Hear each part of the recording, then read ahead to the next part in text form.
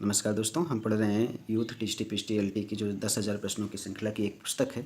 उस पुस्तक का नोट्स बनाए हुए हैं, तो उस नोट्स में जो स्थल मंडल है उस पार्ट को भी पढ़ रहे हैं। तो आइए शुरू करते हैं। जाजरील की घाटी कहाँ पर है? इजराइल में है। इजराइल में एक नदी भी बहती है जिसका नाम है जॉर्डन नदी।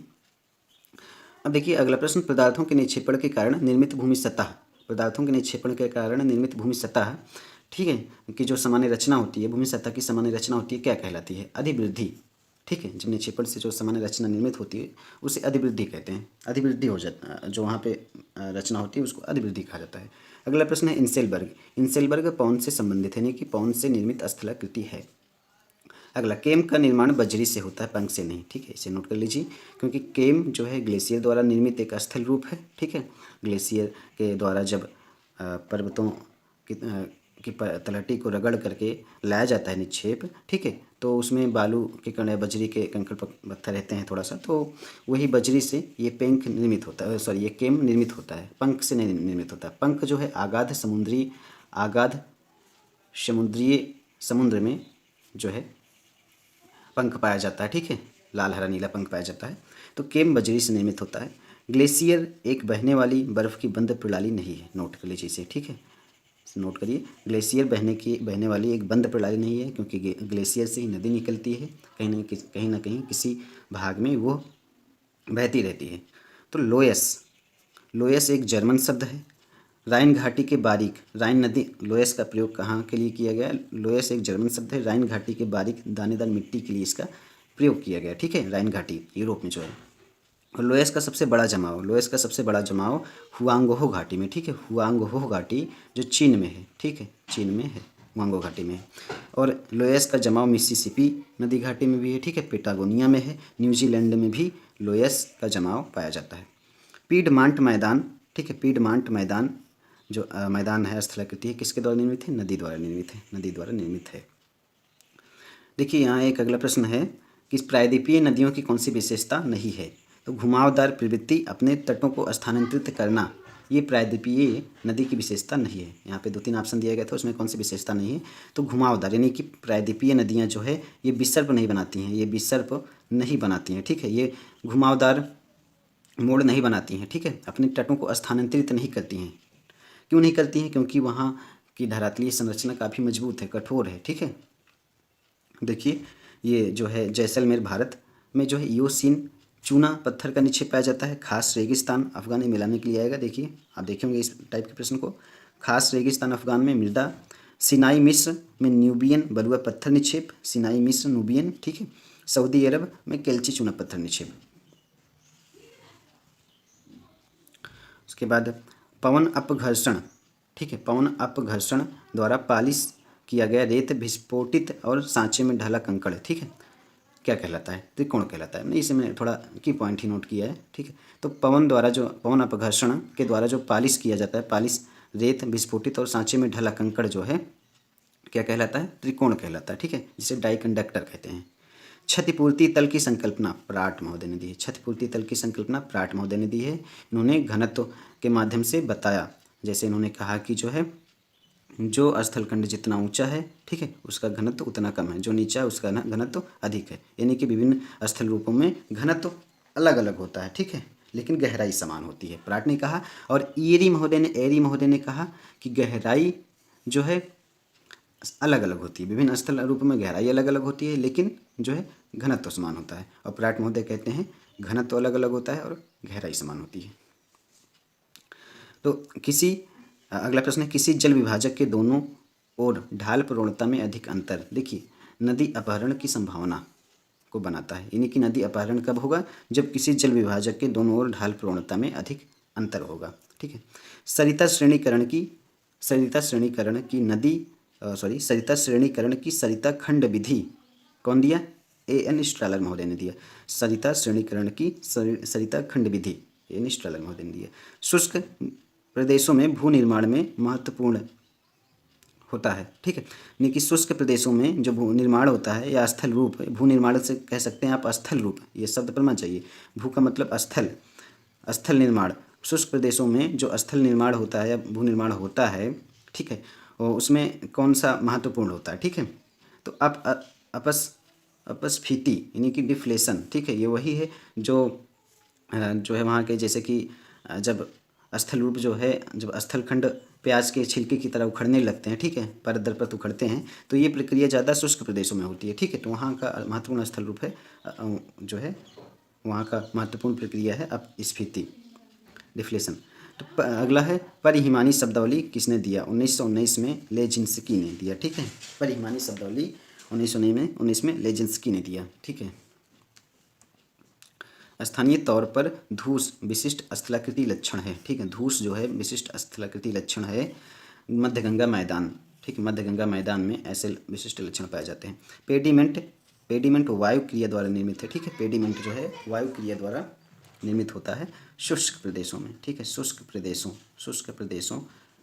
और शुष्क प्रदेशों में जितने स्थल रूप पाए जाते हैं ज़्यादातर वो वायु द्वारा ही निर्मित होते हैं। रासमुटाने के बारे में बताया 1804 में डी सासर महोदय ने। रासमुटाने क्या जानते हैं आप? रासमुटाने हिमानीकृत एक स्थलाकृति, हिमानीकृत स्थलाकृति है। क्या होता है? रासमुटाने एक अपरदनात्मक स्थलाकृति है। रासमुटाने ये भेड़ के आकार में दिखाई देती है, ठीक है।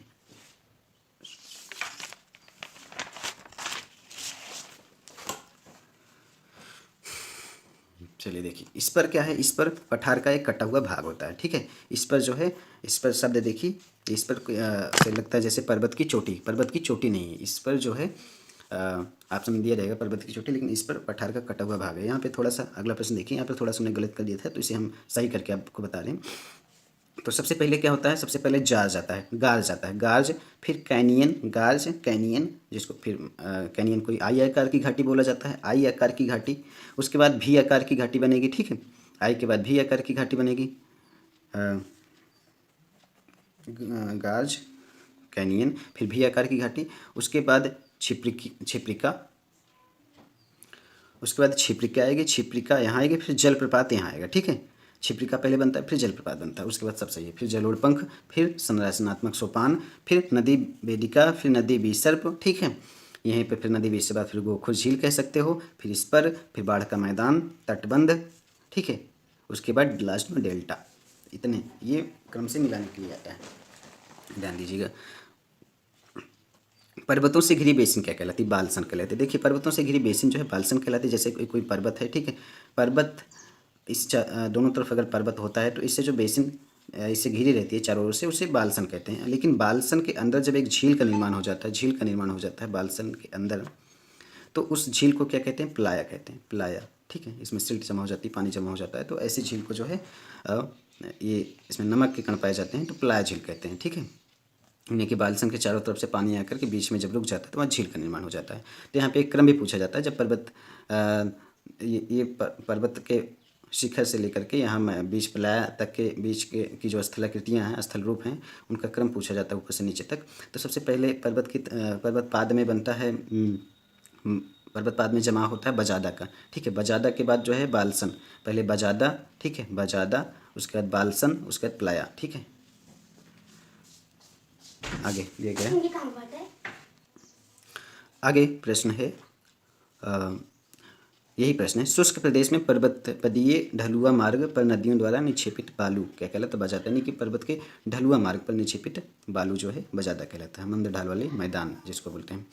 तो आगे है अगला प्रश्न, नदी बेसिन, ठीक है, बृहद प्रदेश के अंतर्गत आती है। ऐसा प्रश्न है ना कि नदी बेसिन किस प्रदेश के अंतर्गत आती है? तो बृहद प्रदेश के अंतर्गत आती है। और समानांतर निर्वर्तन सिद्धांत, ये डब्ल्यू पैंक महोदय ने दिया है, पैंक महोदय ने समानांतर निर्वर्तन सिद्धांत। और धारा दक्षता क्षमता, ये जो है गिलबर्ट महोदय ने बताया, ठीक है, गिलबर्ट महोदय ने बताया, ठीक है। ये क्या अगला प्रश्न क्या है? ये भौतिक रासायनिक प्रक्रिया से, ठीक है, जल योजन, ठीक है, जल योजन जो प्रोसेस है कैसे होता है? भौतिक रासायनिक प्रक्रिया से निर्मित एक प्रोसेस है जल योजन, ठीक है। जल योजन भौतिक रासायनिक प्रक्रिया से निर्मित प्रोसेस है। फर्न स्थलाकृति हिमनदीय जमाव व क्रिस्टलीकरण से संबंधित है। फर्न हिमनदीय जमाव पुनः क्रिस्टलीकरण से संबंधित है। नुनाटक का संबंध अपर्दन चक्र की प्रौढ़ावस्था से। नुनाटक का संबंध अपर्दन चक्र की प्रौढ़ावस्था से है। और नुनाटक जो है हिमानी निर्मित स्थलाकृति, ठीक है, हिमानी निर्मित स्थलाकृति है, इसे हिमानांतर द्वीप कहते हैं, ठीक है।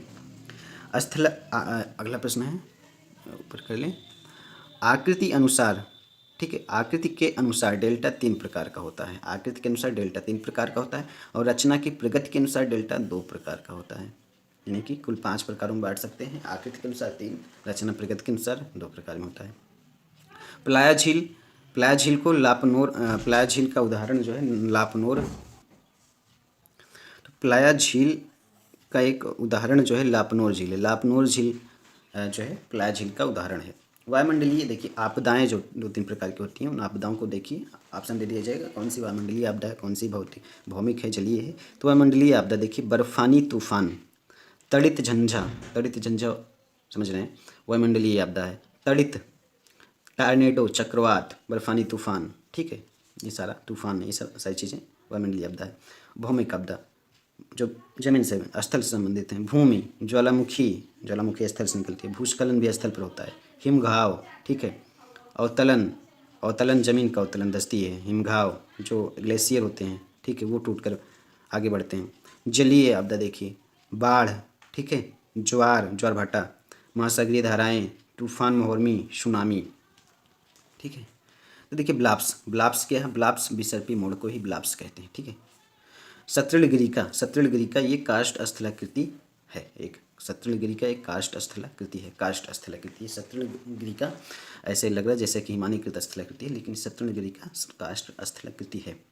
भृगु का निर्माण नदी के विसर्पाकार मोड़ के अवतल ढाल पर होता है। भृगु का निर्माण देखिए नदी के विसर्पाकार, समझिएगा भृगु का निर्माण कहाँ होगा। भृगु क्या है, जैसे कि आप देखते होंगे इस प्रकार से, अगर ये कोई है, ये मान लीजिए स्थलखंड है, ठीक है, स्थलखंड है,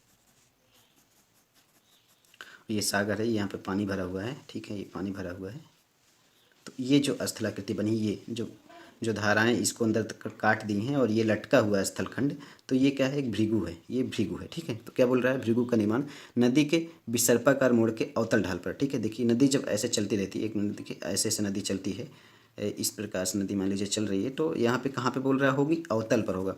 कौन सा, ये क्या है, ये जो है अवतल है और ये जो है उत्तल है। ये उत्तल पार्ट है, ठीक है, ये उत्तल वाला हिस्सा है, ये अवतल वाला हिस्सा है। तो यहीं पर जो है ये यहाँ पर स्थल को काट देगी, तो यहीं पर जो है भृगु का निर्माण होता है, ठीक है, अवतल वाले हिस्से पर।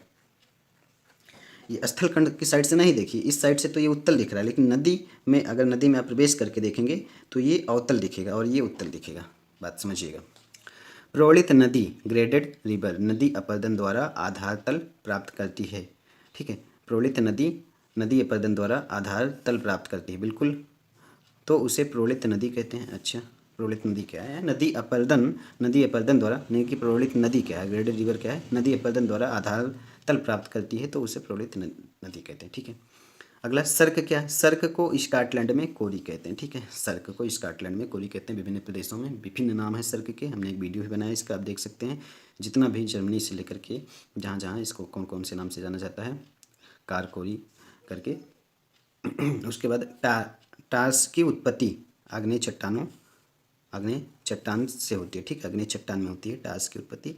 विसर्प का निर्माण प्रौढ़ावस्था में होता है। देखिए प्रौढ़ावस्था में जब नदी, प्रौढ़ावस्था में नदी जब धीरे धीरे चलती है, उसका भार अधिक हो जाता है, ठीक है। नदी में जब नदी बहुत तेज़ी से चलती है, ठीक है, जब नदी में जो है क्या होता है, ढलान बहुत तीव्र होता है, तो नदी बहुत तेज़ी से चलती है, तो युवावस्था में होती है। जब नदी मैदानी भागों में आ जाती है, मोड़ बना के चलने लगती है, तो प्रौढ़ावस्था में आ जाती है। तो प्रौढ़ावस्था, विसर्प मैदान एक मैदानी भाग का लक्षण है, मैदान में जो नदियाँ प्रौढ़ावस्था में आ जाती हैं, ठीक है।